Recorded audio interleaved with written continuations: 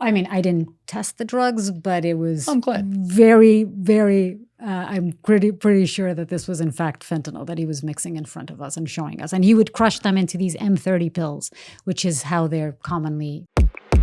So that I was going to ask about if you talked to him about the morality question of and it. Actually, can I ask Joe for a question? Joe, is there some way that you can research what fentanyl, I just want to make sure that I get this right, but what sort of exposure to fentanyl precursors and fentanyl in a fentanyl lab, what it does to your body? All right, let's get this I first. just want to make it. sure that I have this right. So you're saying because he's wearing suits and stuff, but because he's actually making it, something in him is at least exposed to it enough that he could get that. Yeah, because he didn't have the hazmat suits like we did. Oh, he didn't have the full suit? No. Okay. And we can actually even pull up that clip if we want from our trafficked. Okay, Joe can find that, no problem. Exposure to fentanyl or its immediate chemical precursors like NPP and ANPP triggers a life-threatening shutdown of the body's central nervous system. These chemicals are up to 50 to 100 times stronger than heroin. So it could be a profound respiratory depression, extreme sedation, muscle rigidity, cardiovascular changes, blood pressure and heart rate drop significantly, leading to poor circulation. So can we Google? Exactly. Can you ask if it's possible that your heart beats faster? Because that's what he told us. If it's a small exposure, something like that, I guess, right? Or just, that triggers the heart beating faster. And we can also watch the clip and hear him explaining it to us. All right, let's see. He just asked it. Yes, small exposure can trigger rapid heart palpitations, but pharmacologically it is almost always caused by an adrenaline response or a panic attack rather than the chemical. No, this is interesting though, because I was going to ask you about this. One of the things that was happening, and I think still happens, maybe my law enforcement friends in the comments can help us with that, but there would be cops who would have these overdoses, and I put it in air quotes, when they'd just be in the room with it or whatever. And yes, sometimes that did happen because it's obviously incredibly potent. There were other times where I believe I read this where they determined that it was actually a psychological effect. I've heard about this as well. Because they had been warned about it, So it could be also like maybe, I don't know, pure spec here, but maybe when he's making it, he knows he's getting close or whatever. Or it could be that he actually told me his heart slowed down, and in my mind, his heart sped up. That's exactly what I'm saying. So we should actually, at some point, watch that clip. Yeah, it says, Joe's getting the clip right now, just before he pulls it up. It says right here, even the adrenaline and panic response, most common.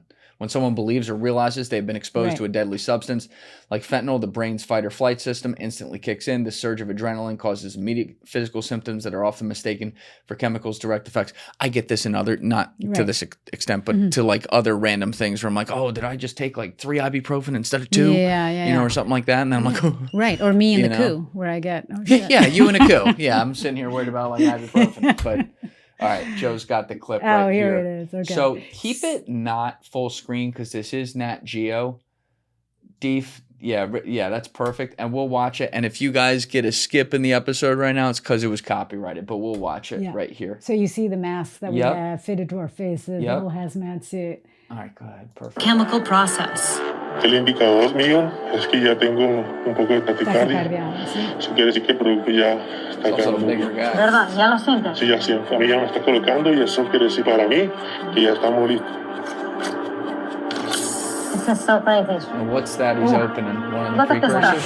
Ácido clorhídrico mezclado Hydrochloric con acid ácido mixed with tartárico. tartaric acid. I'm just translating people. I'm hoping, really, really hoping this guy knows what he's doing here.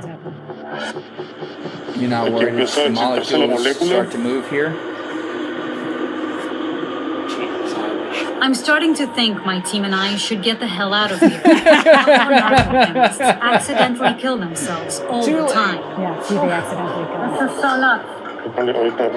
Let me just finish this, he says. Ustedes saben lo que están haciendo. Do you know what you're doing? Oh, that's, Yeah. Okay, yeah. So I gotta watch the rest he of said that. tachycardia. My memory was right. His heart starts moving faster for whatever reason. That's his case. But this was, I mean, I didn't test the drugs, but it was. I'm glad. Very, very. I'm pretty sure that this was in fact fentanyl that he was mixing in front of us and showing us. And he would crush them into these M30 pills, which is how they're commonly shipped here to the U.S. And it's so cheap too. So cheap. It can be bought. A couple dollars for a pill. It's ridiculous. Right. I've had so many friends on the show, like Tommy G and Brandon Buckingham, who have filmed documentaries in Kensington, and it's just like, you know, they know what they're going to see before they go there, and then they see it in person. They're like, holy shit. You know, it's everywhere. Yeah, it is everywhere. And it's just a normal day, someone in sunlight being given Narcan to come back to life.